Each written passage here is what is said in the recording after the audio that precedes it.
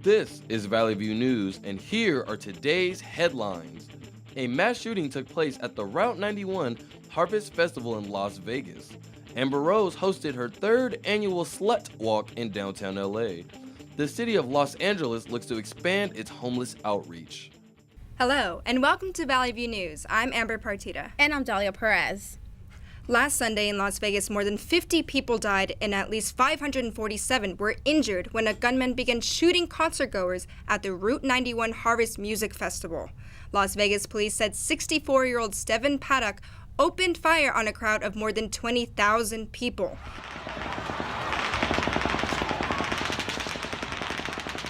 He was shooting from the 32nd floor of the Mandalay Bay Hotel. The shooting started after 10 p.m. while Jason Aldean was performing. The shots caused people to run, duck, and take cover. Witnesses say the attack lasted for at least 10 minutes. Paddock had been staying at the Mandalay Bay. He was found dead in his room with at least 18 firearms and thousands of rounds of ammunition. Police said Paddock killed himself. President Donald Trump ordered flags nationwide to fly at half-staff after the shooting. The mass shooting restarted the conversation about just what constitutes terrorism. Many are asking what separates a lone gunman or mentally ill person carrying out an act of violence from terrorists. Journalism professor Ben Davis from California State University Northridge says the media depends on what the federal government declares as an act of terrorism. In the case of Orlando, the thought was terrorism right away, but we had to wait for the government to come out and say officially that it was terrorism. In this case, everyone's waiting to see if we're going to get the call of a sick man, of a lone wolf, or a terrorist. This mass shooting is the deadliest in recent memory, but it isn't the deadliest in U.S. history. In 1873, approximately 150 African-American men were killed in Louisiana by Southern Democrats. That event became known as the Colfax Massacre. President Donald Trump says Puerto Rico is getting help and that the island is doing good. Tremendous progress being made. We're getting the roads open. We're getting a lot of things done. Really at a record clip. It's been more than 2 weeks since Hurricane Maria left Puerto Rico in shambles. Governor of Puerto Rico, Ricardo Rossello, says the administration has answered their petitions, but that they still need a lot more to get out of this emergency. Only 5% of the island has power and 41% have potable water. San Juan Mayor Carmen Yulín Cruz said the White House wasn't doing enough to help Puerto Rico. President Trump responded on Twitter criticizing Cruz on her leadership ability. Officials say many people still lack the essentials. A restaurant in North Hollywood is doing its part to help Puerto Rico. Mofongos is raising money and collecting supplies to help people struggling on the island. Puerto Rico was hit by Hurricane Maria more than 2 weeks ago. Reports say relief efforts are slow and are not doing enough. The Puerto Rican restaurant is collecting water, food, toiletries, and anything else that can help. ABC7 says the community has been supportive of Mongo's efforts, but the restaurant says it can still use more donations. President Trump attended the President's Cup golf tournament in New Jersey last week. Trump dedicated the trophy to hurricane victims. He said Puerto Rico is in horrible condition, but added that it's under control. On behalf of all of the people of Texas, and all of the people of, if you look today and you see what's happening, how horrible it is, but we have it under really great control, Puerto Rico. Meanwhile, only 5% of the island has electricity and 8,800 people are still living in shelters. Almost 2.5 million people turned out for Sunday's referendum in Catalonia. National police seized millions of ballots to prevent them from casting their votes. Police fired rubber bullets at protesters as voters tried to take part in the referendum. They also closed schools and other buildings that were used at polling stations. The regional government says 90% of voters were in favor of a split from Madrid. A man killed 2 women with a knife at a train station in France on Sunday. Military police shot and killed the man. French officials are treating the murders as a terrorist attack. ISIS claimed responsibility. The stabbings happened at the St. Charles station in Marseille.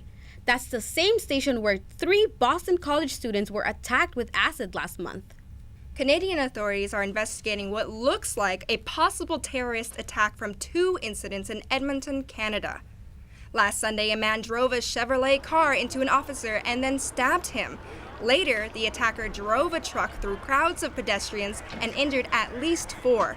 The suspect was arrested previously for several offenses. He's known by authorities as a Somali national and refugee who has been affiliated with terrorism accusations in the past.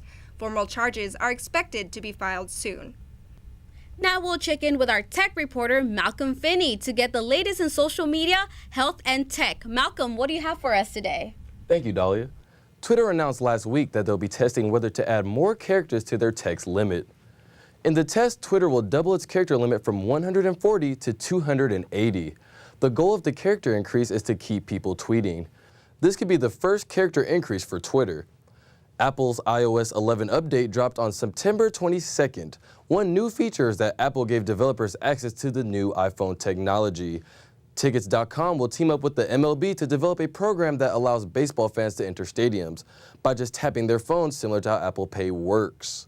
The Oakland Athletics piloted the system for 6 games after the update was introduced. The South Korean firm LG introduced the LG K7i at the India Mobile Congress. The 7i has a feature that supposedly keeps mosquitoes from coming near you. It emits ultrasonic waves from a grid on the back of the phone. The company says the ultrasonic waves are safe and harmless to humans. The phone will be introduced in India. LG plans on introducing the K7 in other countries soon.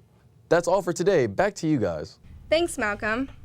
After the break, we follow up on the 2 women accused of murdering Kim Jong-nam. Also find out the latest on the Chelsea bombing trial. We'll be right back. Hey, you. Yeah, you. Getting that college education? What are you gonna do? Graduate and take some office job? Be like everybody else? Or will you dare do something different? Like, be a teacher. You could be my teacher. You got the skills. The smarts? Yes, you. You could be the teacher I never forget. That'd be cool. Does that corporate job even have recess? What are you gonna make of yourself? What are you gonna make of me?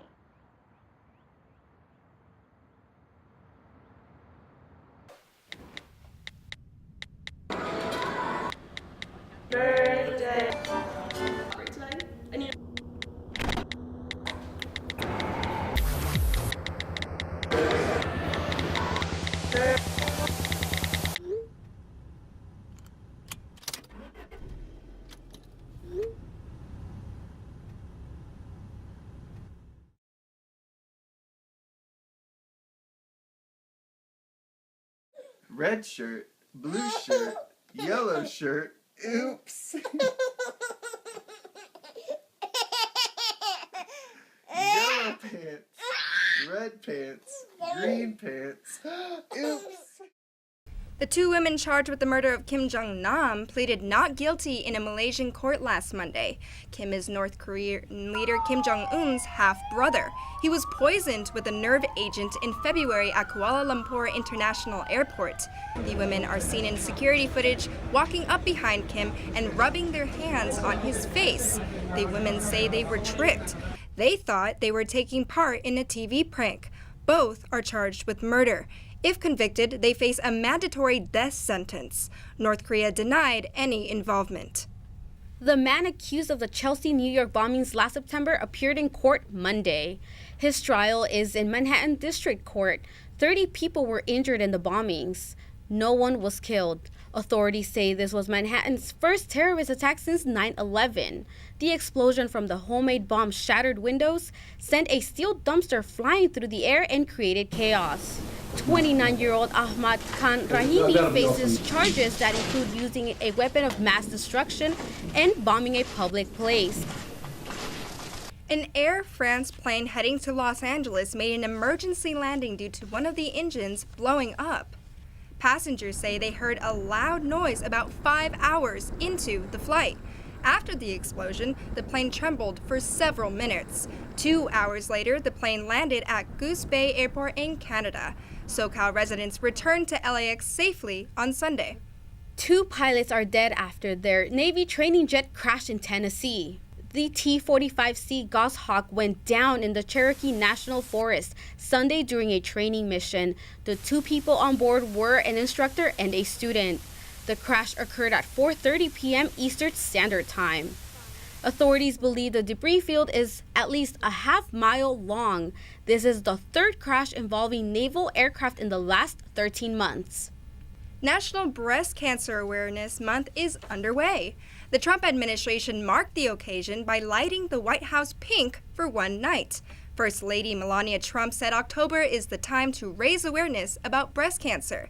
In a statement, she said she wants women to get tested in order to detect the disease early. The White House says more than 250,000 women are diagnosed with breast cancer each year. About 2,000 men are too. Now to Shelby Charlene with entertainment. Hi, Shelby. Thanks, Dahlia. Monty Hall, the famous host and co-creator of Let's Make a Deal, died last Saturday at the age of 96. His daughter Sharon said he died of heart failure in his Beverly Hills home. The Canadian-American producer, game show host, and philanthropist became famous for his catchphrases, witty personality, big sideburns, and colorful sport coats on Let's Make a Deal. The show, launched in 1963, quickly became a hit and ran throughout the next 4 decades. The founder of Playboy magazine, Hugh Hefner, died last week at the age of 91. Playboy Enterprises announced that Hefner died of natural causes. There have been mixed responses to the controversial star's passing. Some people think of Mr. Hefner as a media and cultural pioneer who stood for civil rights, free speech, and sexual freedom. However, many people also refer to Hefner as a misogynist, pornographer, and chauvinist who cashed in on the exploitation of women. Also named the grinning pimp of the sexual revolution, Hefner's legacy is surrounded by stories of drugs, sex, orgies, disease, and divorce. The family held a private ceremony where Hefner was put to rest in his crypt next to Marilyn Monroe. Hefner controversially bought the space next to Marilyn back in 1992 for $75,000, despite never meeting the icon. In a 2009 interview, Hefner said, "I'm a believer in things symbolic. Spending eternity next to Marilyn is too sweet to pass up." Tom Petty also died Monday after suffering a full cardiac arrest in his home in Malibu. The 66-year-old rock legend was found unconscious and not breathing. He was then rushed to UCLA Santa Monica Hospital and put on life support. Petty's pulse returned, but the decision to take him off of life support was reportedly made after they found he was lacking brain activity. O.J. Simpson was released from prison last Sunday after serving 9 years of his 33-year sentence for a Las Vegas kidnapping and armed robbery. With a hat on and his head down, the Juice left the Lovelock Correctional Center to start his new life as a parolee. Nevada's Division of Parole and Probation said that O.J.'s parole plan was approved for a residence in Las Vegas. Several sources told CNN Simpson would be living in a gated residence in a wealthy Las Vegas suburb. He'll be living with unspecified friends and has future plans to move to Florida. Emmy Award-winning actress and Veep star Julie Louis-Dreyfus announced last week that she is battling breast cancer. The actress used the announcement as an opportunity to encourage universal health care, stating that she has fantastic union insurance, but other women don't have the same privilege. After sharing the news on Twitter, Dreyfus received an outpouring of support from fans. Former Vice President Joe Biden, Ellen DeGeneres, Hillary Clinton, and other celebrities also sent the star well wishes. Let's join Maybelline Capelou in our Digital Media Center. She was able to get some footage from Amber Rose's annual Slut Walk. Maybelline, what do you have for us today? People marched in downtown Los Angeles Sunday to raise awareness about sexual injustice. Model and actress Amber Rose joined the Slut Walk 2 years ago. She speaks out about being slut-shamed on social media and by ex-boyfriends. Rose's Slut Walk Festival is a nonprofit event that supports gender equality. Amber Rose held her 3rd annual Amber Rose Slut Walk on Sunday. Over 15,000 people registered for the event and marched through the streets of downtown. Women sexually should be as open as a man should be able to, and as a man I can say that because I truly believe that. So we're honestly just here standing up for equal rights. People were able to make their own signs to voice their opinions. Many expressed themselves visually. However, others exercised their First Amendment right protesting against the walk. The atmosphere of where we're at right now, a slut walk, which I don't agree with, I don't have very many good things to say. I don't think it's a good thing to be a slut. Yeah, God loves sluts too. Women weren't only in attendance. Men and children came to show their support as well. The nonprofit will be donating proceeds to organizations that support women. The walk started in 2011 in Toronto after an officer told women that if they want to avoid sexual assault, they shouldn't dress like sluts. Demonstrators say slut shaming is an issue that affects many people, not just women. From the Digital Media Center, I'm Maybelline Kapaloo. Back to you, Shelby. Saturday Night Live premiered its 43rd season last week, and of course, Alec Baldwin's Donald Trump character was the star of the show. The premiere episode featured a skit on the new White House press secretary, Sarah Huckabee Sanders.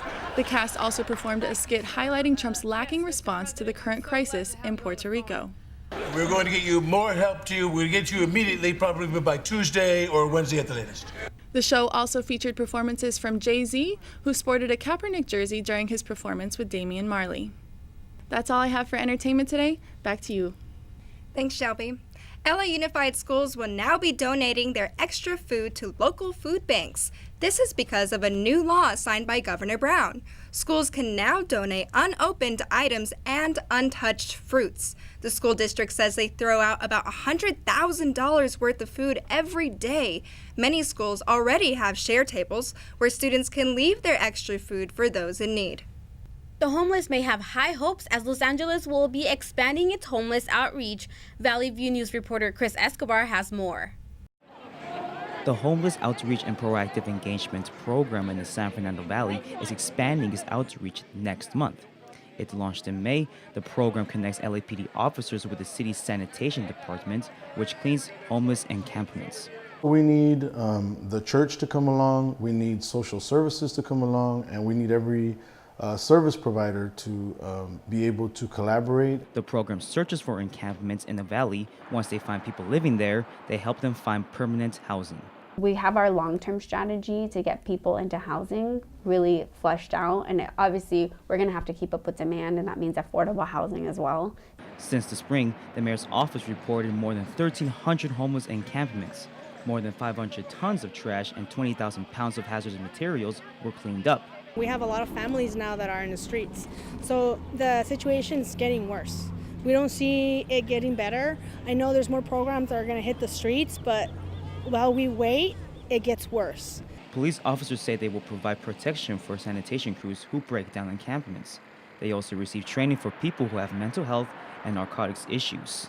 The crisis is now. It's not 10 years from now. I mean, they're talking about building 10,000 homeless units in 10 years. When we've got 45,000 homeless on the streets now. The LAPD Central and West Bureaus expanded the program last summer.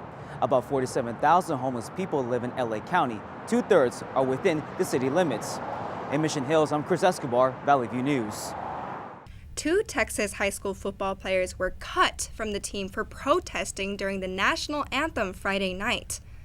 Larry McCullough and Cedric Lewis are cousins and protested in a different way. One kneeled during the anthem. Before every game, we always pray and then say the anthem. The game, I decided to stand on my knee. While the other raised his fist. I pretty much knew how he looked at us when I was holding my fist up and my cousin was kneeling. The coach, who is a veteran, immediately told them to take off their uniforms and leave the field. The coach told CNN that his players are not allowed to kneel during the anthem. When we get back, Daniel Martindale has a preview of the Dodgers' upcoming playoffs. Also, the Sparks are going for their second straight WNBA championship. We'll be right back. I'm a single mother, and I was the main one working, so I never thought that I could go back to school, you know.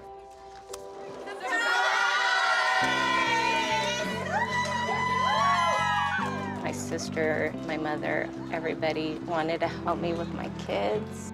I could not have gotten my diploma without my family. Find free adult education classes near you at finishyourdiploma.org. Got a quarter?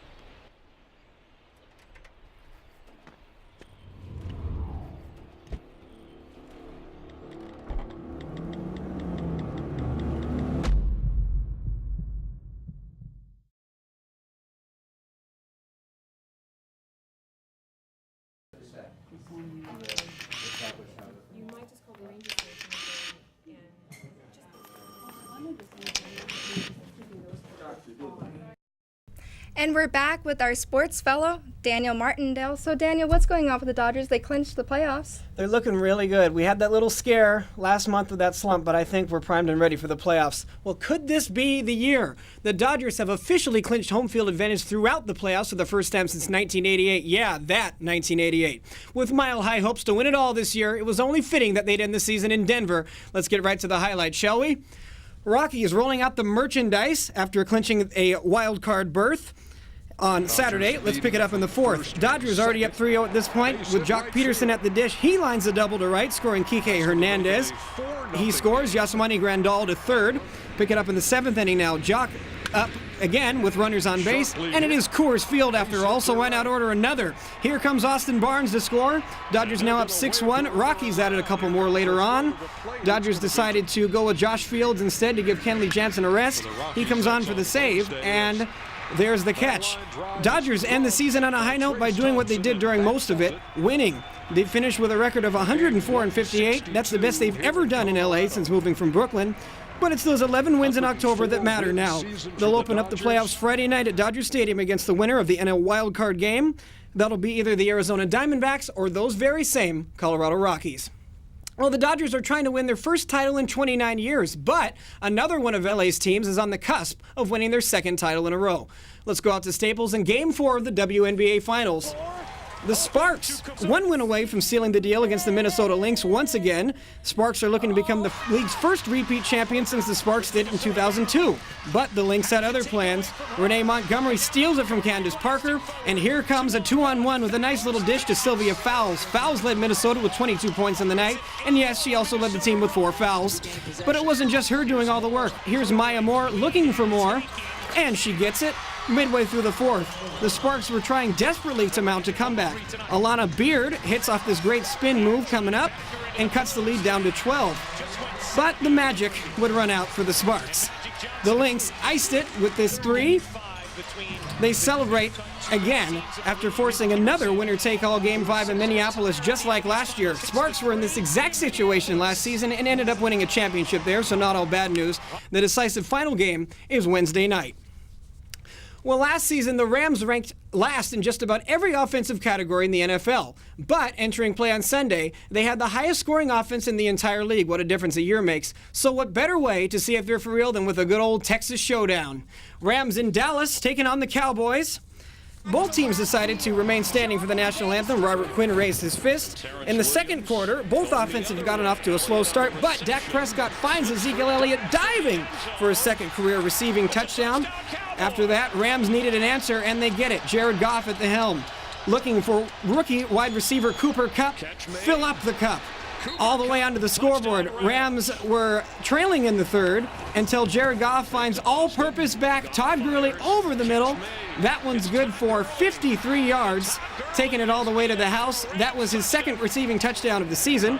Rams had an 8-point lead in the fourth, but here come those Cowboys again. Prescott to James Hanna for 28 yards. They decided to go for 2 and didn't get it. Rams later added a 7th field goal from Greg the Leg Zuerlein.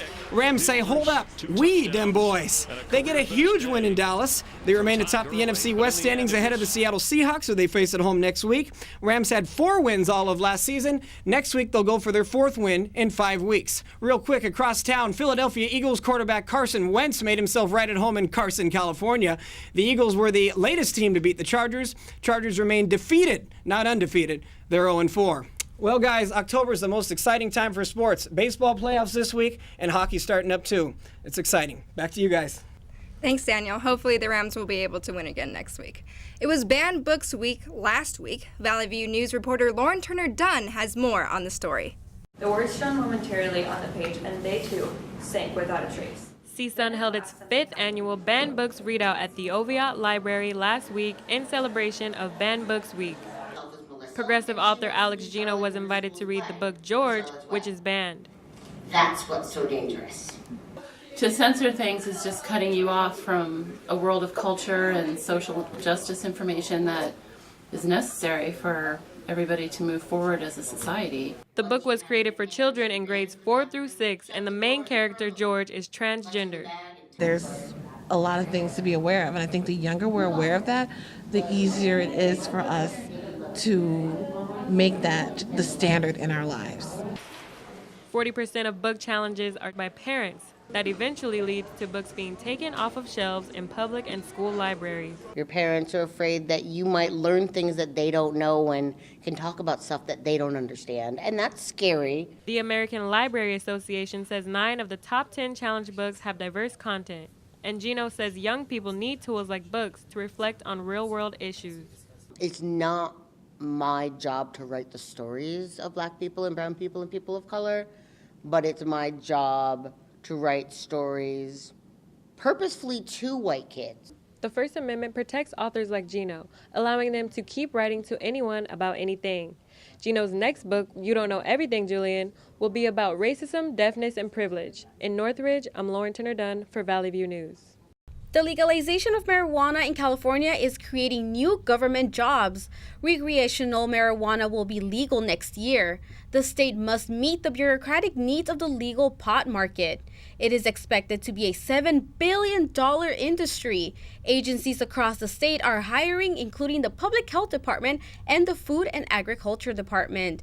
Scientists, typists of tax collectors are just some of the jobs governmental agencies are hiring for.